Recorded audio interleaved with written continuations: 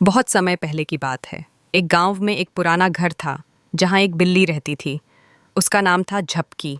वह बहुत चालाक और नटखट थी। उसी घर के एक कोने में कुछ चूहे भी रहते थे जो हर समय डर के साये में जीते थे। इन चूहों का नेता था छोटू, एक होशियार लेकिन छोटा सा चूहा। छोटू ने देखा कि बिल्ली दिन भर आराम करती रहती है और रात होते ही चूहों को पकड़ने निकलती है। हर हफ्ते कोई ना कोई चूहा गायब हो जाता था। सारे चूहे बहुत घबराए हुए थे। एक दिन सभी चूहे एक गुप्त बैठक में इकट्ठा हुए। छोटू ने कहा, हमें कुछ करना होगा वरना हम सब धीरे धीरे बिल्ली का भोजन बन जाएंगे। एक बूढ़ा चूहा बोला, बिल्ली बहुत चुपके से आती है, हमें पता भी नहीं चलता कि वह कब पास आ गई। अगर हम किसी तरह जान पाते कि वह आ रही है तो भाग सकते हैं। एक चूहे ने सुझाव दिया, अगर हम उसकी गर्दन में घंटी बांध दें तो जब वह चलेगी तो घंटी बजेगी और हम भाग सकते हैं।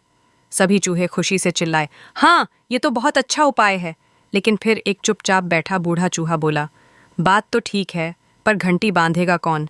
जो भी जाएगा वो खुद ही बिल्ली का शिकार बन जाएगा। सारे चुप हो गए, किसी के पास उस सवाल का जवाब नहीं था। छोटू बोला, हमें मिलकर कुछ और सोचना होगा। फिर छोटू ने एक योजना बनाई। उसने कहा, हम बिल्ली से लड़ाई नहीं कर सकते, पर चालाकी से उसे हरा सकते हैं। अगले दिन से सारे चूहे मिलकर काम पर लग गए। उन्होंने घर के अलग अलग हिस्सों में छोटे छोटे छेद बनाए ताकि वे जल्दी भाग सकें।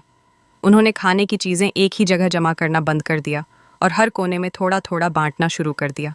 इसके साथ ही उन्होंने बिल्ली को भ्रमित करने के लिए नकली आवाज़ें निकालना शुरू किया। कभी किसी कोने से ची ची की आवाज़ आती, पर वहाँ कोई नहीं होता। कभी कभी उन्होंने एक पुराना कपड़ा खींचकर घसीटा, जिससे लगता कोई चूहा भाग रहा है।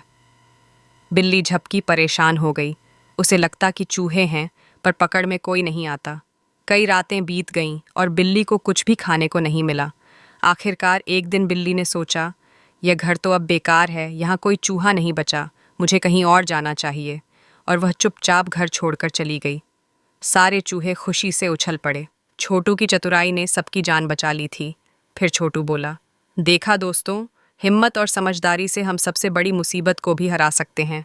सीख, शक्तिशाली दुश्मन को लड़ाई से नहीं बल्कि चतुराई से हराया जा सकता है। मिलजुल कर काम करने से बड़ी समस्या हल हो सकती है।